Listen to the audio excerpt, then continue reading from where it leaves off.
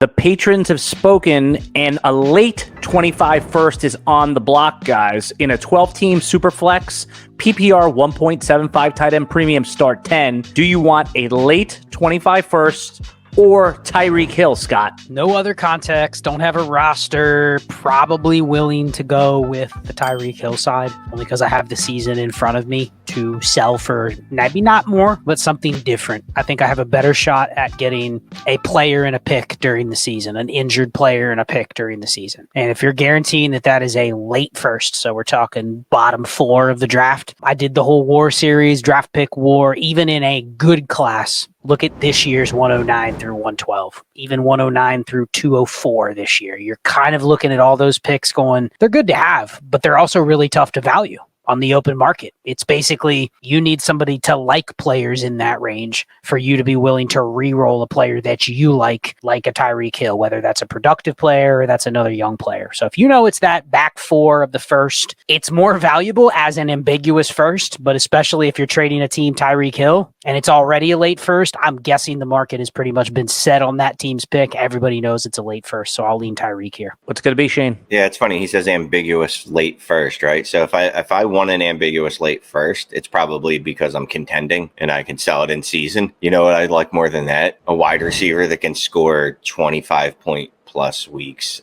9 times in a season like he did last year. I'm going to take Tyreek Hill. Scott alluded to it. I can sell Tyreek Hill at any point for this probably next year unless of injury. Yes, he's on a 2-year window apparently from what we've been told. But here's the other thing. Say Tyreek comes out next year and goes, guess what, guys? I'm going to stick around for 3 more years after that. Suddenly his value will increase. All right, let me tempt you with another 25 first in a 12-team Superflex PPR 175 tight end premium start 12 this time. Late 25 first and Devon Achane or Bijan Robinson and Keenan Allen.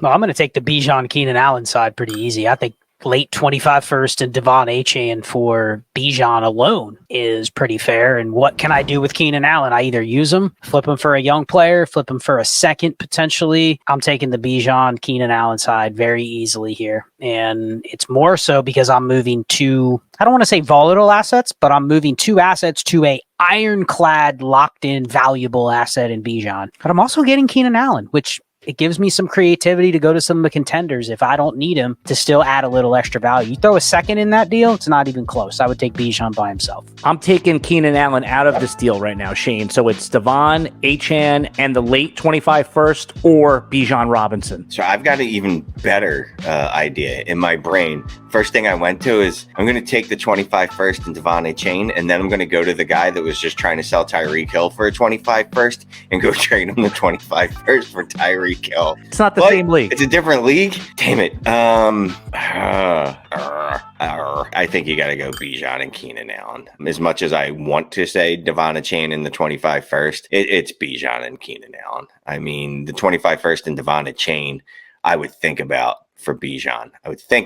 But I'd probably still just hold on to Bijan because, like we said, it's late. If I had a chance at mid, then I would talk myself into it. But with it being late, I can't do it. Shane, I have a 10-team 1 QB PPR, no tight end premium start 10. Late 25 first or Josh Jacobs. Are you buying the running back? I'm just going to sit here silent until the clock runs out. 10-team, I'm competing in my mind in this league, and I'm going to go Josh Jacobs because I'm just thinking about the late 24 first, Keon Coleman in a 1 QB. Lad McConkle. Yes, I know that's not his name. Whatever. I don't care what his name is. But I'd take Josh Jacobs over them in a 1 QB league. So, yeah, I'll take Josh Jacobs over the 25 first because I'm competing in this league and I want a running back. So I'm taking Joshua Jacobs. Scott. Yeah, I'm going to agree with Shane. I will go Josh Jacobs. But at the same time, if you're not competing, this is the type of deal where you don't even think twice. You just take the liquidity. So it very much is a have or a have not deal. But I don't think you would ever go, that's bad value to get a first for a running back that is literally going to be game to game, season to season at best. So I'll lean Jacobs just because if I'm looking to do a deal, this is how I'd want to save my first and spend it, especially if it's late. Like this is probably one of the better deals I can get with it. Would you spend your first on Joe Mixon? I think they're the same thing. Yes. All of those guys are the same thing if you're buying a running back and a 1 QB.